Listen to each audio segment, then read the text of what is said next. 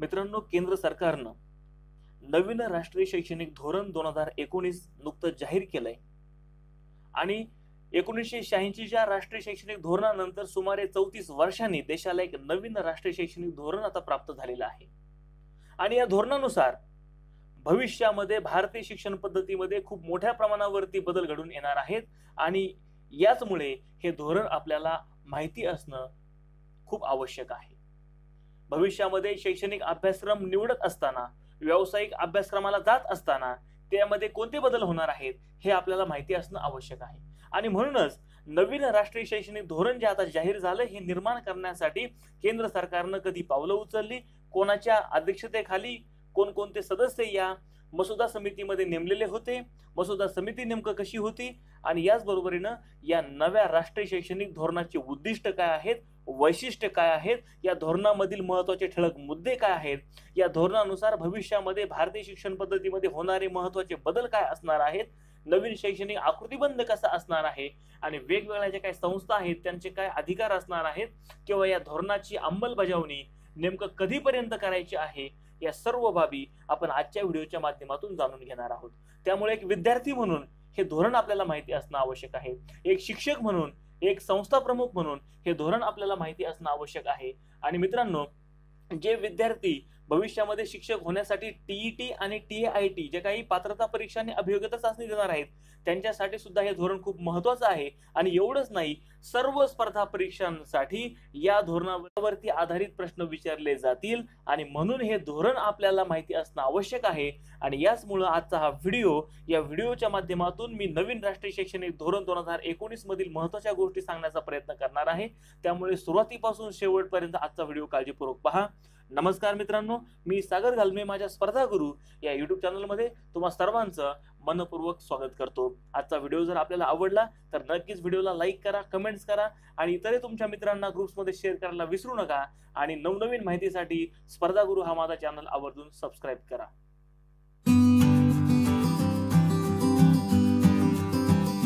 तर मित्रांनो, आजच्या व्हिडिओला सुरुवात करूया। आज आपण नवीन राष्ट्रीय शैक्षणिक धोरण 2019 बद्दल माहिती जाणून घेणार आहोत। केंद्रीय मनुष्यबळ विकास मंत्रालयाकडून या धोरणाची निर्मिती करण्यात आलेली आहे। 1986च्या राष्ट्रीय शैक्षणिक धोरणानंतर 34 वर्षात पहिल्यांदाच शिक्षण धोरणामध्ये मोठ्या प्रमाणावरती बदल घडणार आहेत। 1986च्या राष्ट्रीय शैक्षणिक धोरणाची जागा आता राष्ट्रीय शैक्षणिक धोरण 2019 घेणार आहे। हे नवीन शैक्षणिक धोरण 29 जुलै 2020 रोजी केंद्र सरकारकडून जाहीर करण्यात आलेला आहे। ही दिनांक खूप महत्त्वाचे आहे। प्रधानमंत्री नरेंद्र मोदी यांच्या कार्यकाळातील हा एक अत्यंत महत्त्वाचा निर्णय, ज्या निर्णयामुळे भविष्यामध्ये भारतीय शिक्षण पद्धतीमध्ये बदल घडणार आहेत। सध्या केंद्रीय मनुष्यबळ विकास मंत्रीपदी श्री रमेश पोखरियाल निशंक कार्यरत आहेत। त्यांच्याच कार्यकाळामध्ये त्यांच्या मंत्रालयानं नवीन शैक्षणिक धोरण जाहीर केलेलं आहे। मात्र मित्रांनो, नरेंद्र मोदी यांच्या पहिल्या कार्यकाळामध्येच या धोरणाच्या निर्मिती प्रक्रियेला सुरुवात झालेली होती। तत्कालीन केंद्रीय मनुष्यबळ विकास मंत्री श्री प्रकाश जावडेकर यांनी मसुदा समिती स्थापन करून त्या ठिकाणी या धोरण निर्मितीला प्रत्यक्षामध्ये सुरुवात करून दिलेली होती।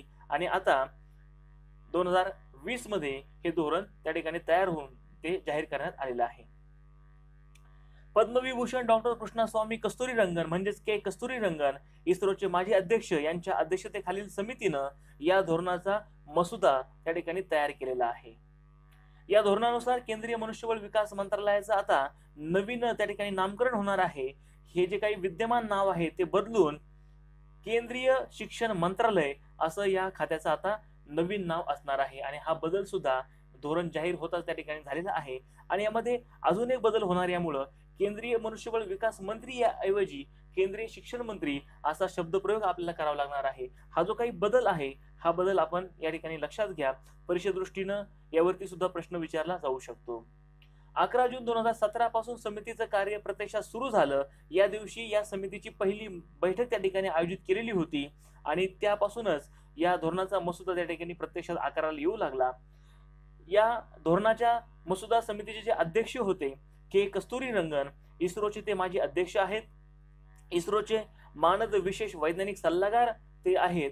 राज्यसभेचे माजी खासदार, राष्ट्रपती नियुक्त ते खासदार होते आणि सध्या रामन रिसर्च इन्स्टिट्यूट बँगलोर या संस्थेचे ते विद्यमान संचालक आहेत। त्यांच्या मदतीला जे इतर काही सदस्य होते त्यांच्याबद्दल आता माहिती जाणून घेऊया.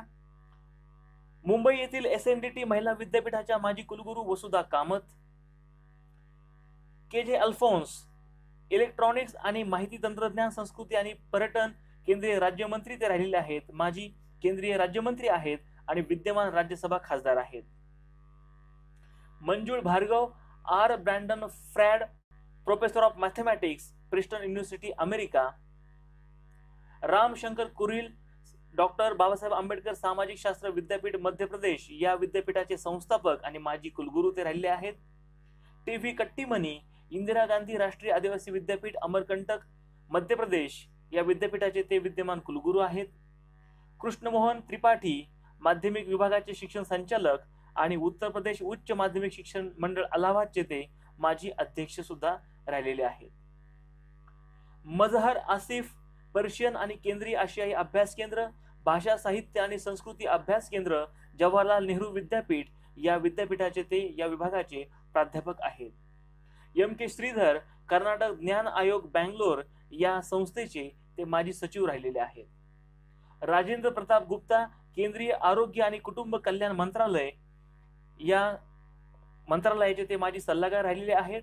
मात्र मित्रांनो, या गुप्ता सरांनी डिसेंबर 2017 मध्ये आपल्या सदस्यत्वाचा राजीनामा दिलेला आहे आणि त्यांच्याबरोबरच हे जे काही KJ अल्फोन्स केंद्रीय राज्यमंत्री राहिलेले आहेत त्यांना सुद्धा 2 सप्टेंबर 2017 रोजी त्यांच्याकडे केंद्रीय राज्यमंत्री पदाची त्यांनी शपथ घेतल्यानंतर त्यांनी सुद्धा त्या ठिकाणी प्रत्यक्षात त्यांना या आयोग धोरणाच्या मसुदा समितीच्या बैठकांना हजर राहता आलं नाही. मात्र लिखित पत्रव्यवहाराद्वारे त्यांच्या सूचना ते नियमितपणाने या समितीला करत राहिले आणि त्यांच्या विचारांचा सुद्धा हे धोरण निर्मितीमध्ये फायदा झालेला आहे.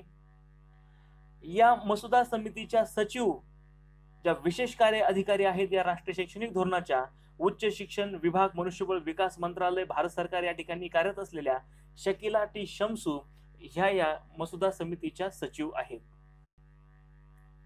या शैक्षणिक धोरणाच्या निर्मितीची जी काही मसुदा समिती आहे त्याचे अध्यक्ष आणि त्यांना मदत करणारे सदस्य यांच्याबद्दल आपण सविस्तर माहिती जाणून घेतली.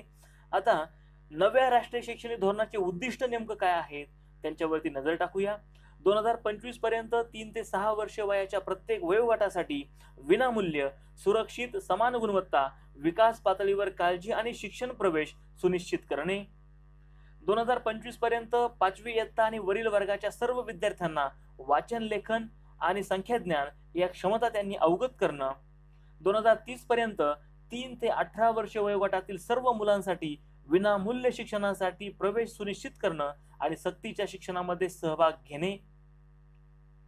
2022 पर्यंत शिक्षण आणि शिक्षणात आमूलाग्र बदल करणे जेणेकरून पाठांतराची पद्धत मागे पडेल आणि 21व्या शतकामध्ये आवश्यक ज्ञान, मूल्य, ज्ञान आणि कौशल्ये, सर्जनशीलता, वैज्ञानिक विचार, संप्रेषण करण्याची क्षमता आणि सहयोग, सहभागवाद, समस्या सोडवणे, नैतिक विचारसरणी आणि कार्य, सामाजिक उत्तरदायित्व, समान चिंता आणि डिजिटल साक्षरता इत्यादीच्या विकासास प्रोत्साहित करणे.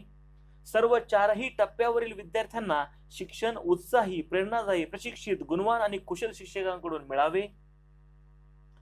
सर्व एक समान व सर्व समावेशक शिक्षण प्रणाली स्थापन करणे जेणेकरून प्रत्येक विद्यार्थ्याला शिकण्याची आणि यशस्वी होण्याच्या समान संधी उपलब्ध होतील आणि 2030 पर्यंत सर्व लोक आणि सामाजिक गटांचे शिक्षण, सहभाग आणि शिकण्याच्या आधारावरती समान सुनिश्चितता करणे. सर्व शैक्षणिक संस्था, शाळा, महाविद्यालय, विद्यापीठांमध्ये व्यावसायिक शिक्षण सुरू करणे आणि 2025 पर्यंत किमान 50% विद्यार्थ्यांना व्यावसायिक शिक्षण देणे.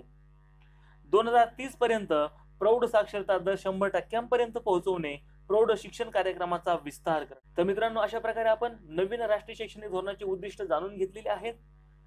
या धोरणाची जवळजवळ 21 मुख्य उद्दिष्ट आहेत. त्यापैकी काही महत्त्वाची उद्दिष्ट आपण या ठिकाणी जाणून घेतली. उर्वरित जी काही सर्व उद्दिष्टांची सूची आहे मी आजच्या व्हिडिओ बरोबर त्याचा PDF सुद्धा पोस्ट करत आहे, ते सुद्धा तुम्ही आवर्जून त्यावरती एक नजर टाका. या धोरणानुसार राष्ट्रीय शिक्षण आयोग म्हणजेच NEC म्हणजेच नॅशनल एज्युकेशन कमिशन स्थापन करण्यात येणार आहे. पंतप्रधानांच्या अध्यक्षतेखाली हा आयोग स्थापन करण्यात येईल. वर्षातून कमीत कमी एक बैठक प्रधानमंत्री बोलवणार आहेत आणि जास्तीत जास्त त्यांना आवश्यक वाटेल तेवढ्या जास्तीत जास्त कितीही बैठका या आयोगाच्या ते बोलावू शकतात. या आयोगाचे उपाध्यक्ष म्हणून केंद्रीय शिक्षण मंत्री त्या ठिकाणी काम पाहणार आहेत आणि अध्यक्ष आणि उपाध्यक्ष यांना सहकार्यासाठी कमीत कमी 20 आणि जास्तीत जास्त 20 ते 30 एवढे सदस्य त्यांच्या मदतीला असतील. या आयोगाचं काम काय असणार तर देशातील शिक्षण विषयक धोरण ठरवण्याची जबाबदारी या आयोगाची असणार आहे. राष्ट्रीय शिक्षण आयोग निवड समिती ही एक महत्वाची समिती असणार, कारण की मित्रांनो राष्ट्रीय शिक्षण आयोगामध्ये हे जे काही समजा अध्यक्ष प्रधानमंत्री आणि उपाध्यक्ष शिक्षण मंत्री हे तर असणारच आहेत, मात्र जे काही वेगवेगळ्या शिक्षण क्षेत्रातील महत्वाचे जे काही तज्ञ मंडळी आहेत त्यांची नियुक्ती करण्यासाठी ही एक निवड समिती असणार आहे. प्रधानमंत्री, सरन्यायाधीश, लोकसभा सभापती, विरोधी पक्षनेता आणि केंद्रीय शिक्षण मंत्री यांचा राष्ट्रीय शिक्षण आयोग निवड समितीमध्ये समावेश असणार आहे. तसंच मित्रांनो राष्ट्रीय शिक्षण आयोगाची कार्यकारी परिषद सुद्धा स्थापन केली जाणार आहे आणि या परिषदेचे अध्यक्ष असतील ते म्हणजे केंद्रीय शिक्षण मंत्री. आयोगाचे उपाध्यक्ष असल्यामुळेच आणि शिक्षण खात्याचे प्रमुख असल्यामुळे ते या कार्यकारी परिषदेचे प्रमुख असतील. त्यांच्या मदतीला 10 ते 15 त्या ठिकाणी सदस्य त्यांच्या सहकार्यास असणार आहेत.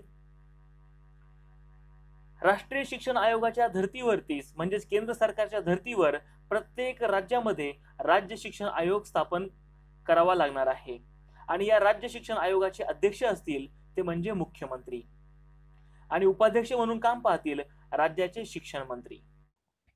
मित्रांनो आता या धोरणातील ठळक मुद्दे आपण जाणून घेऊयात.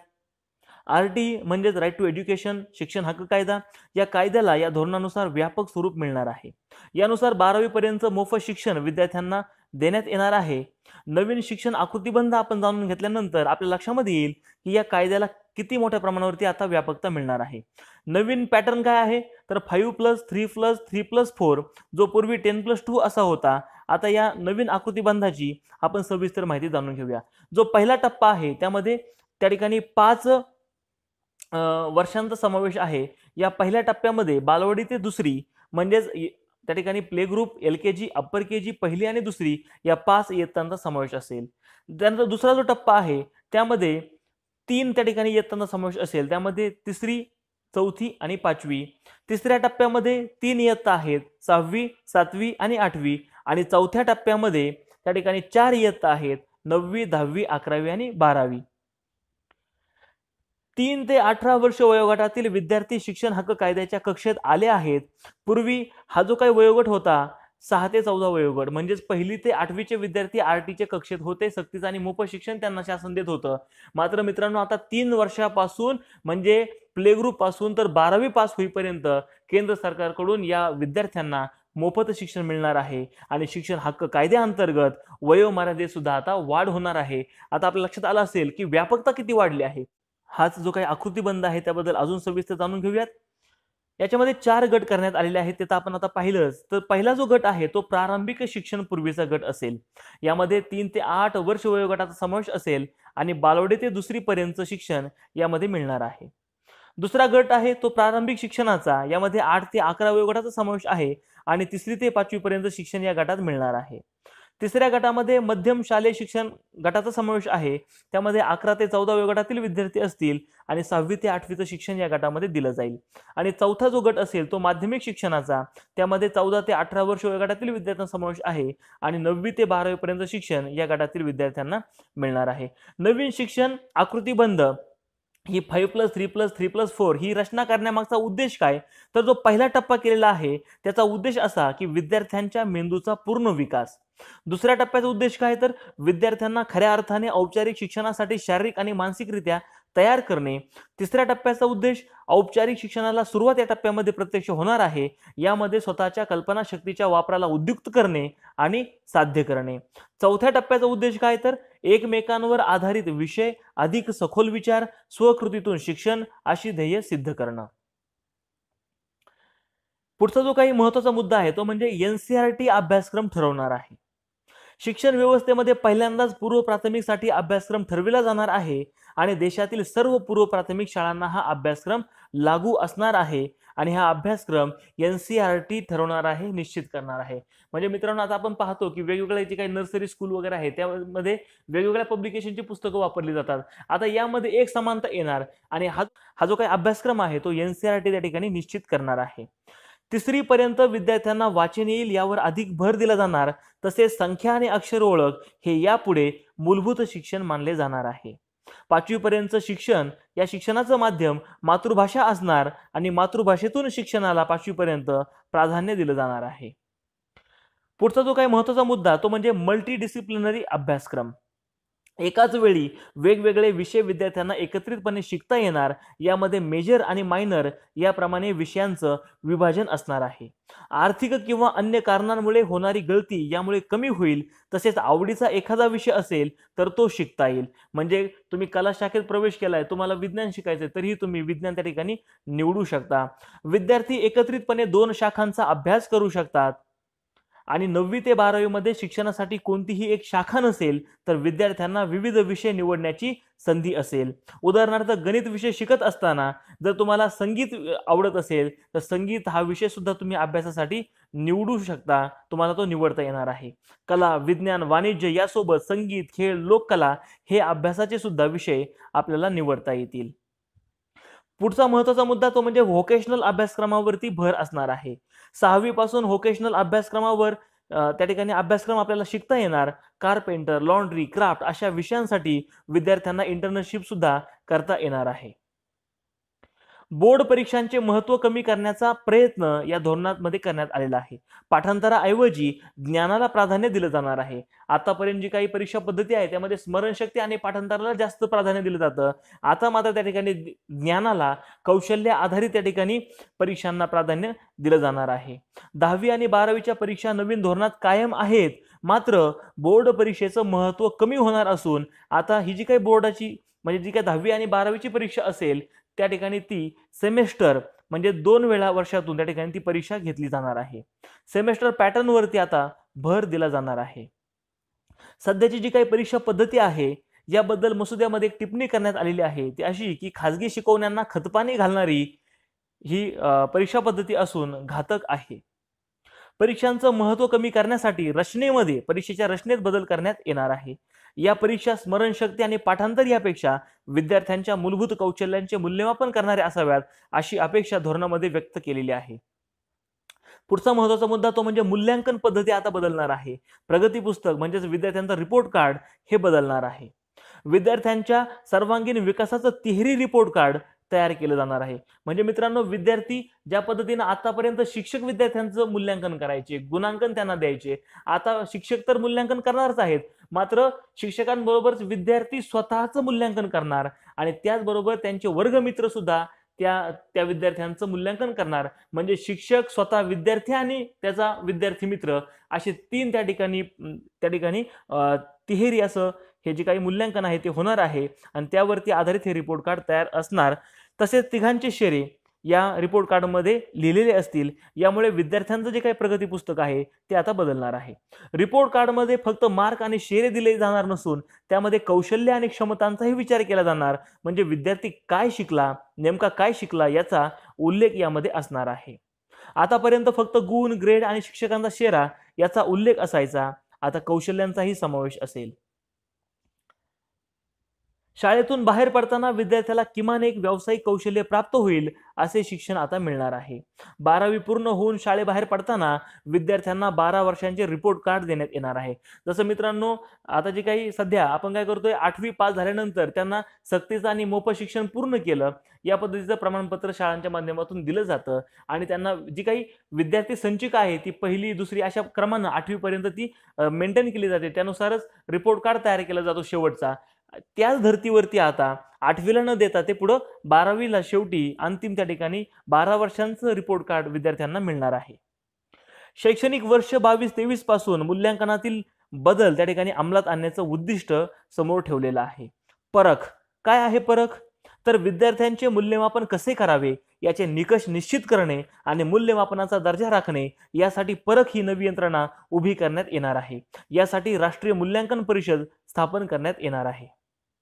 पुढचा महत्त्वाचा मुद्दा तो म्हणजे शिक्षणातील गुंतवणूक. यावरती ज्या वेळेला अर्थसंकल्प सादर होतो, शिक्षण क्षेत्राचा अर्थसंकल्पामधील ज्या काही तरतुदी सादर होतात त्यावेळेला दरवेळेला यावरती चर्चा होत असते. मित्रांनो, गुंतवणूक शिक्षणामधील ही खूप महत्त्वाची गुंतवणूक आहे, जो आपल्या देशाची जी काही भावी पिढी घडवण्यासाठी ही गुंतवणूक सरकारकडून करण्यात येत असते आणि या गुंतवणुकीच्या बाबतीत कायम चर्चा होते. आता पाहूया या धोरणामध्ये नेमकं काय म्हटलंय.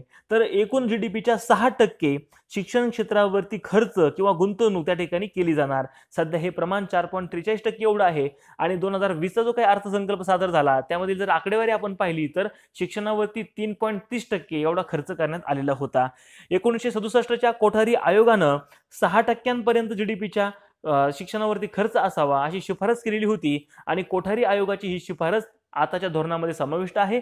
आणि मित्रांनो, ही 6%च्या बाबतीत कोठारी आयोगाची शिफारस हे जे काही महत्वाचे एक वाक्य आहे लक्षात ठेवणं आवश्यक आहे.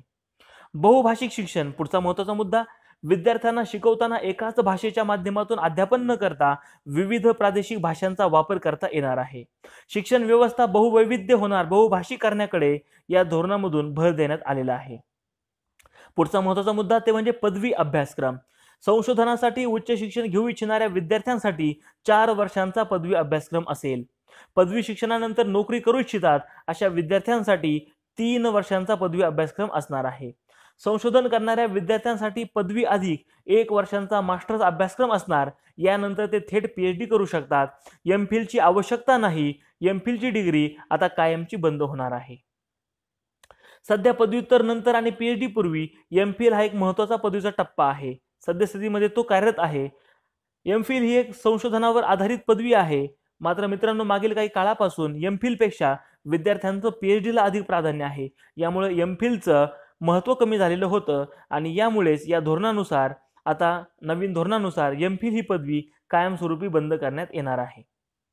महाविद्यालयीन शिक्षणासाठी कला, वाणिज्य आणि विज्ञान या शाखा प्रवेश प्रक्रियेत असणार. तसेच नवीन धोरणानुसार कला आणि विज्ञान या शाखांमधले काही विषय घेऊन पदवीचे शिक्षण घेता येणार आहे.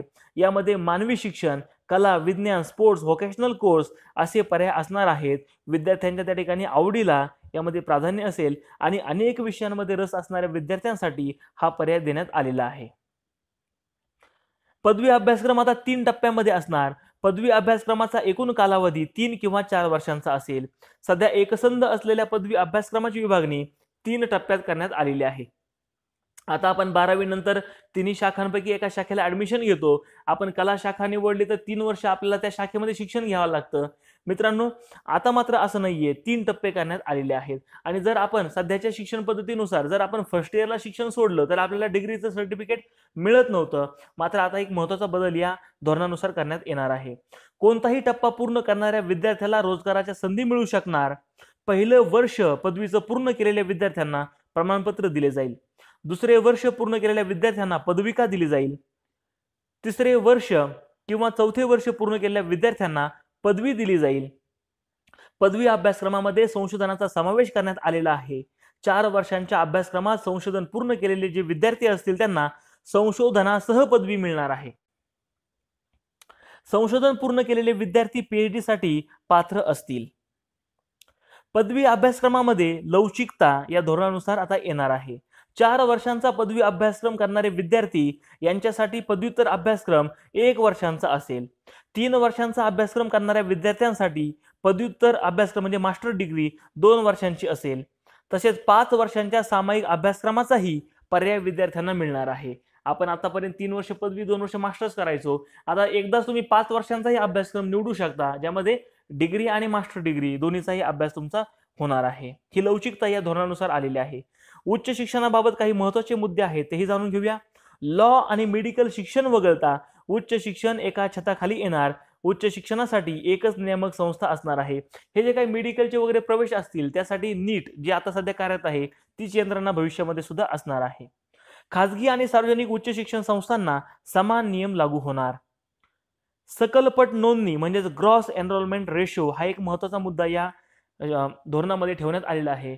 मित्रांनो, शक्यतो 12वी नंतर खूप मोठ्या प्रमाणावरती विद्यार्थ्यांचे जे काही शिक्षण आहे ते बंद होतं, गळती लागते आणि पदवीपर्यंत किंवा पदवीचं शिक्षण अनेक विद्यार्थी पूर्ण करत नाहीत. ही गळती रोखण्यासाठी 2035 पर्यंत 50% पदवीसाठी नोंदणी पोहोचवण्याचं उद्दिष्ट या धोरणानुसार ठेवण्यात आलेलं आहे. अकॅडमिक बँक ऑफ क्रेडिट्स ही एक संकल्पना या धोरणामध्ये मांडण्यात आलेली आहे. उच्च शिक्षणामध्ये सध्या श्रेयांक पद्धत देशभर राबवण्यात येत आहे. श्रेयांक प्रणालीचा उद्देश काय आहे, तर विद्यार्थ्यांना त्यांच्या सोयीनं आवडीनं शिक्षण घेण्याची मुभा देणं. नव्या धोरणात श्रेयांक प्रणालीबाबत अधिक स्पष्टता आणण्यात आलेली आहे. अकॅडमिक क्रेडिट बँक अशी एक संकल्पना या धोरणामध्ये मांडण्यात आलेली आहे. विद्यार्थी वेगवेगळ्या विषयात आणि संस्थांमधून प्राप्त केलेले श्रेयांक या बँकेत साठवू शकतात. मिळवलेल्या श्रेयांकानुसार विद्यार्थ्यांना पदवी देण्यात येईल. यानुसार ऑनलाईन शिक्षण, मुक्त विद्यापीठातून प्राप्त केलेले श्रेयांक हे सुद्धा विद्यार्थ्यांना पदवी मिळवण्यासाठी उपयुक्त ठरतील. पुढचा महत्त्वाचा मुद्दा तो म्हणजे सामायिक प्रवेश परीक्षा. सर्व महाविद्यालयांसाठी एकच सामायिक त्या ठिकाणी प्रवेश परीक्षा असणार आहे. ही प्रवेश परीक्षा NTA म्हणजे नॅशनल टेस्टिंग एजन्सी यांच्या माध्यमातून ही प्रवेश परीक्षा घेण्यात येणार आहे. आणि मित्रांनो, NTA कडून सध्या नीट, JEE अशा ज्या काही परीक्षा आहेत त्या घेतल्या जातात. भविष्यामध्ये NTA ची जी काही आहे एजन्सी, ही जी काही यंत्रणा आहे ही केंद्र सरकार अधिकाधिक सक्षम त्यामध्ये करणार आहे. मात्र ही जी काही सामायिक प्रवेश परीक्षा असेल ती ऐच्छिक असणार आहे. पुढचा महत्त्वाचा मुद्दा तो म्हणजे ई कोर्सेस. देशातील प्रमुख 8 भाषांमध्ये ई कोर्सेस त्या ठिकाणी विकसित करण्यात येणार आहेत.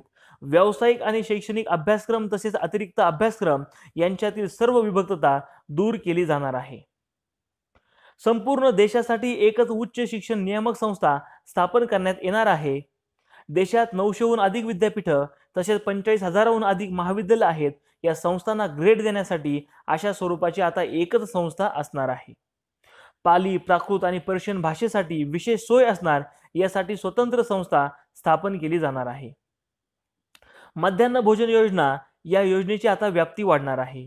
मित्रांनो, 12वी पर्यंत ही योजना आता लागू असणार आहे. 12वी पर्यंत MDM ची व्याप्ती आता वाढणार आहे.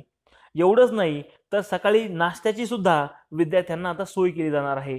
सकाळी शाळेत गेल्याबरोबर नाश्ता आणि दुपारच्या वेळेला मध्यान्ह भोजन विद्यार्थ्यांना मिळणार आहे. 2030 पर्यंत शिक्षण देण्यासाठी 4 वर्षांचे BEd ही कमीत कमी व्यावसायिक पात्रता आता असणार आहे. म्हणजे तुम्हाला शिक्षक होण्यासाठी तुम्हाला त्या ठिकाणी भविष्यामध्ये BEdच त्या ठिकाणी करावं लागणार आहे. व्यावसायिक पात्रता म्हणून शिक्षकासाठी BEd ही त्या ठिकाणी व्यावसायिक पात्रता असणार आहे. आणि हे BEd सुद्धा 4 वर्षांचा कोर्स तो असणार आहे. ज्यांचे पदवीपर्यंत शिक्षण झाले आहे अशा विद्यार्थ्यांसाठी 2 वर्षांची BEd असणार आणि ज्यांचं पदव्युत्तर शिक्षण झालेलं आहे अशा विद्यार्थ्यांसाठी 1 वर्षाचं BEd असणार. मात्र मित्रांनो, 2030 सालापर्यंत हे जे काही बाकीच्या गोष्टी आहेत, 1 वर्ष 2 वर्षाचे कोर्सेस जे काय आहेत BEdचे ते कायमस्वरूपी बंद होणार. एकतर त्यांना ते अपग्रेड करून त्यांना 4 वर्षाचा कोर्समध्ये रूपांतर करावं लागेल, मान्यता घ्यावं लागणार. आणि जर तसं होणार नसेल तर त्यांचे ते कोर्सेस बंद केले जातील आणि 2030 पर्यंत फक्त 4 वर्षांचाच BEdचा कोर्स त्या ठिकाणी सुरू राहणार आहे. म्हणजेच हे DEd वगैरे हे सगळे जे काही कोर्सेस आहेत ते बंद होतील.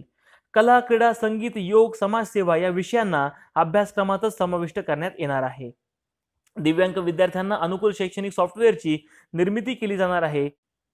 खाजगी शाळांना अनियंत्रित फी वाढविण्यापासून रोखण्याची सुद्धा शिफारस करण्यात आलेली आहे. धोरणात विद्यार्थ्यांना जीवन जगण्यासाठी आवश्यक असलेली कौशल्ये आणि आवश्यक क्षमतांना विकसित करण्यावरती भर त्या ठिकाणी देण्यात येणार आहे. उच्च शैक्षणिक संस्थांमध्ये जागतिक दर्जाचे संशोधन आणि उच्च दर्जाचे शिक्षण यावरती भर देण्यात येणार. व्हर्च्युअल लॅब तयार करण्यात येणार असून राष्ट्रीय शैक्षणिक तंत्रज्ञान मंच म्हणजे NETF त्या ठिकाणी निर्माण केला जाणार आहे. स्कूल कॉम्प्लेक्स शाळांचे गट हा सुद्धा एक महत्त्वाचा मुद्दा या धोरणातील आहे. स्कूल कॉम्प्लेक्स म्हणजे शाळांचे गट, स्कूल कॉम्प्लेक्सचा एक पर्याय त्या ठिकाणी आता समोर येणार आहे. शाळा बंद करण्याऐवजी एकमेकांकडील शिक्षक सुविधा वापरता येतील अशा प्रकारे शाळांचे गट म्हणजे स्कूल कॉम्प्लेक्स तयार करण्यात यावेत असा उपाय या मसुद्यामध्ये दिलेला आहे. शाळा प्रत्यक्ष एकत्र न करता सुविधा सामायिक स्वरूपात वापरण्याची तरतूद या धोरणामध्ये करण्यात आलेली आहे. जवळपासच्या 30 शाळांना एकत्र सुविधा वापरता येतील आणि कमी पटाच्या असलेल्या लहान शाळांनी समूह करून एकमेकात सुविधा आणि शिक्षकांचे आदान प्रदान करावे असं यामध्ये म्हटलेलं आहे. आणि मित्रांनो, सध्या आपल्या राज्य सरकारनं सुद्धा एक नवीन कार्यक्रम ज्याला आपण सगुण विकास कार्यक्रम म्हणतो, याच पद्धतीचा कार्यक्रम सुरू केलेला आहे. सगुण विकास कार्यक्रमामध्ये सुद्धा त्या केंद्रामधील जी काही शाळा सिद्धीमधील मानांकन प्राप्त जी काही शाळा आहे ती शाळा आणि ब श्रेणीमधील किंवा क श्रेणीमधील किंवा ड श्रेणीमधील ज्या शाळा आहेत त्या शाळेबरोबर संलग्न केल्या जातात आणि दोन्ही शाळा त्या ठिकाणी एकमेकांचे जे काही भौतिक सुविधा आहेत त्यांचा वापर करतात. अशा धर्तीचा सगुण विकास कार्यक्रम सध्या राज्यामध्ये सुरू आहे आणि अनेक शाळा एकमेकांना त्या ठिकाणी अटॅच करण्यात आलेल्या आहेत. या कॉम्प्लेक्समध्ये पूर्व प्राथमिक ते 12वी पर्यंतचे सर्व वर्ग असतील. या समूहात किमान एक माध्यमिक शाळा, एक व्यवसाय शिक्षण संस्था आणि प्रौढ शिक्षण संस्था असावी अशी अपेक्षा व्यक्त केलेली आहे. पुढचा महत्त्वाचा मुद्दा, स्थानिक भाषेतून शिक्षण आणि साहित्य.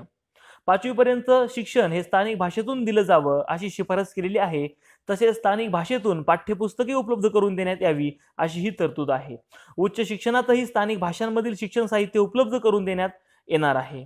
त्रिभाषा सूत्र अंतिम मसुद्यामधून वगळण्यात आलेलं आहे आणि कोणत्या भाषा शिकवाव्यात याचा निर्णय राज्य आणि विद्यार्थ्यांवरती सोपवण्यात आलेला आहे. जे पहिल्यांदा काही हिंदी भाषा वगैरे काही शिकवण्यावरून वाद निर्माण झाले होते, त्याऐवजी आता हा जो काही निर्णय आहे तो सर्वस्वी राज्यांवरती केंद्रानं सोडलेला आहे.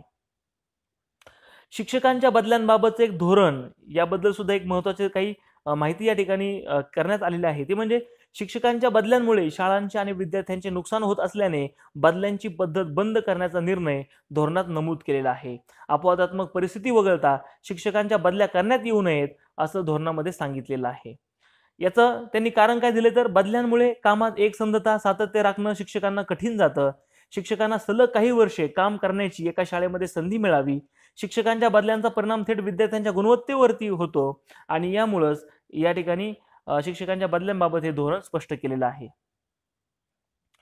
अशैक्षणिक कामांबद्दल सुद्धा यामध्ये त्या ठिकाणी नमूद करण्यात आलेलं आहे, ज्यावरून अनेक वेळेला शिक्षकांना अनेक वेगवेगळ्या कामांसाठी बोलवण्यात येतं आणि मग पर्यायानं विद्यार्थ्यांच्या शिक्षणाकडे दुर्लक्ष होतं आणि म्हणूनच त्या ठिकाणी या धोरणामध्ये समितीनं अशैक्षणिक कामांबद्दल एक टिप्पणी केलेली आहे. प्रत्यक्ष अध्यापनाशी संबंधित नसणारी कामे शिक्षकांना देण्यात येऊ नयेत. मध्यान्ह भोजन, निवडणुकीची कामे, इतर प्रशासकीय कामे शिक्षकांवर लादली जातात, त्याचाही गुणवत्तेवर विपरीत परिणाम होतो.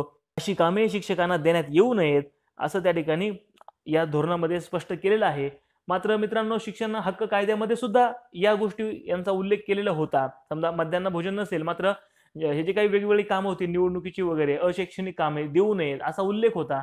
मात्र आज 2013 पासून RTची अंमलबजावणी होऊन सुद्धा अशैक्षणिक कामांचा ताण मात्र शिक्षकांवरती आहेच. आता धोरणामध्ये हे मुद्दा दिलेला आहे.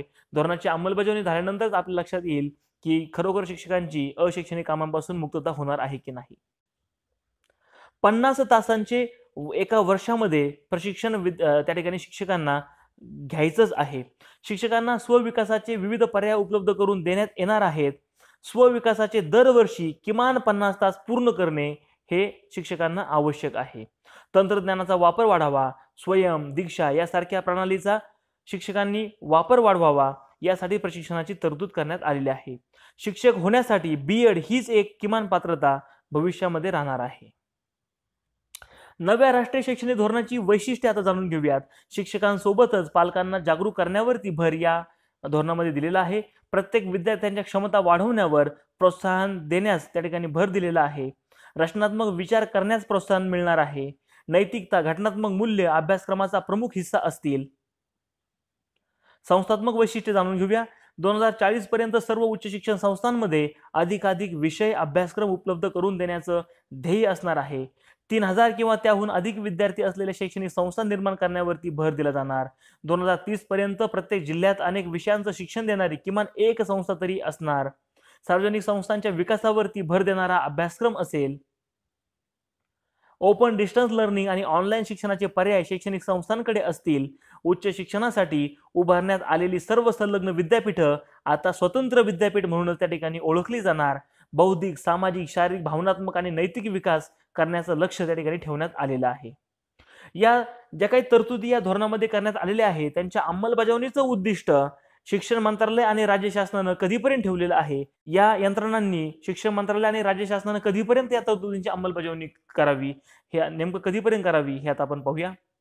NCERT आणि SCERT यांच्या सहकार्यातून प्रारंभिक म्हणजे 3 ते 8 गटासाठी अभ्यासक्रम तयार करून लागू करणे, कामी योजना बनवणे, 2022 पर्यंत योजना बनवायची आणि संपूर्ण देशात ही योजना 2028 पर्यंत कार्यान्वित करण्याचं उद्दिष्ट आहे.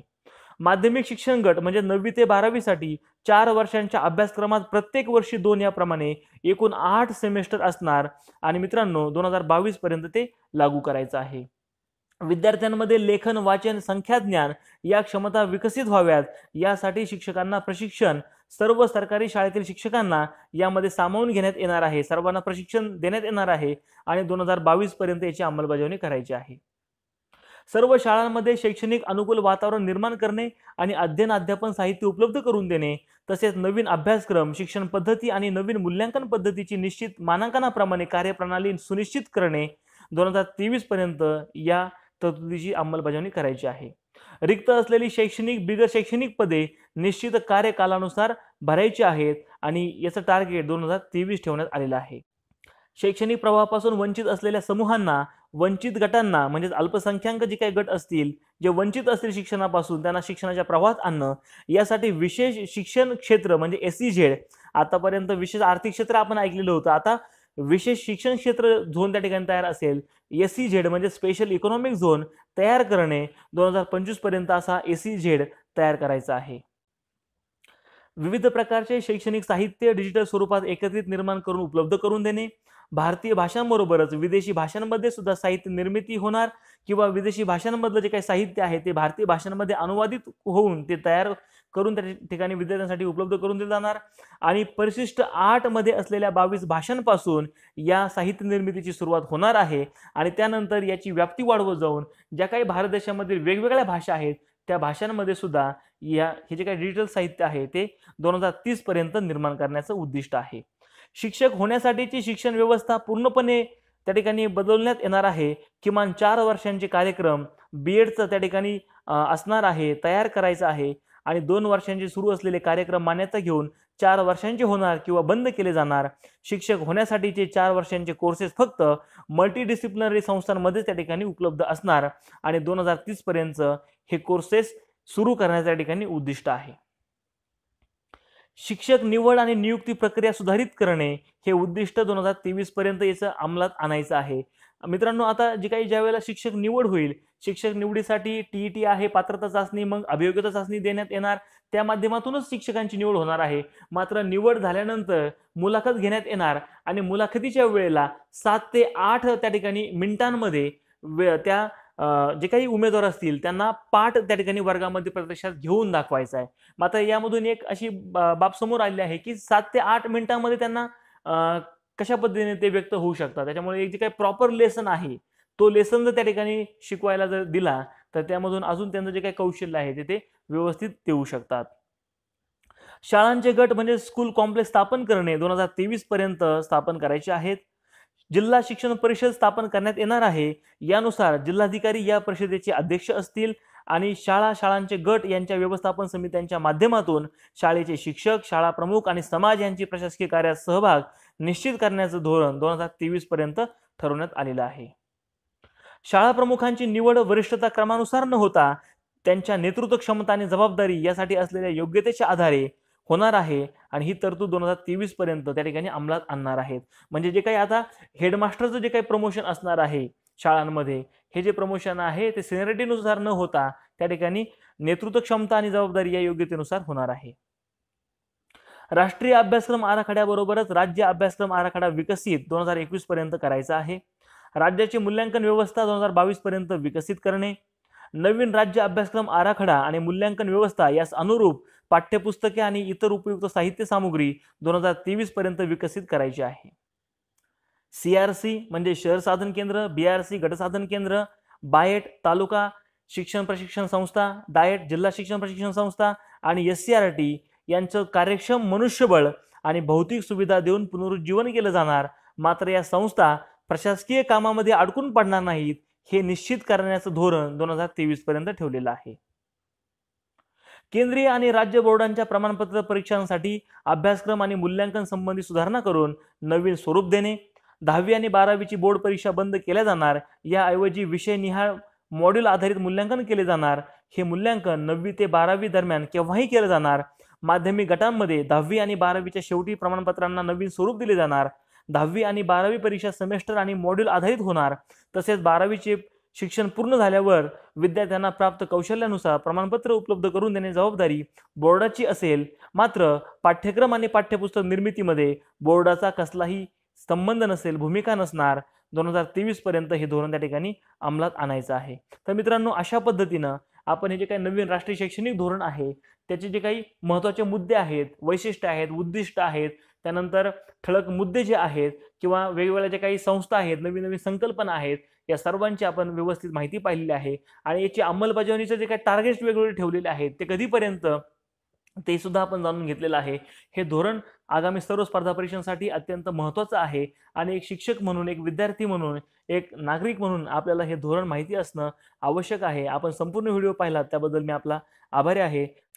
तर मित्रांनो, आजचा व्हिडिओ तुम्हाला आवडला असेल तर नक्कीच व्हिडिओला लाईक करा, कमेंट्स करा, इतर तुमच्या मित्रांना ग्रुप्समध्ये शेअर करायला विसरू नका. आणि स्पर्धा गुरु हा माझा चॅनल आवर्जून सबस्क्राईब करा आणि नवनवीन माहितीसाठी नियमितपणे पाहत रहा स्पर्धा गुरु. धन्यवाद.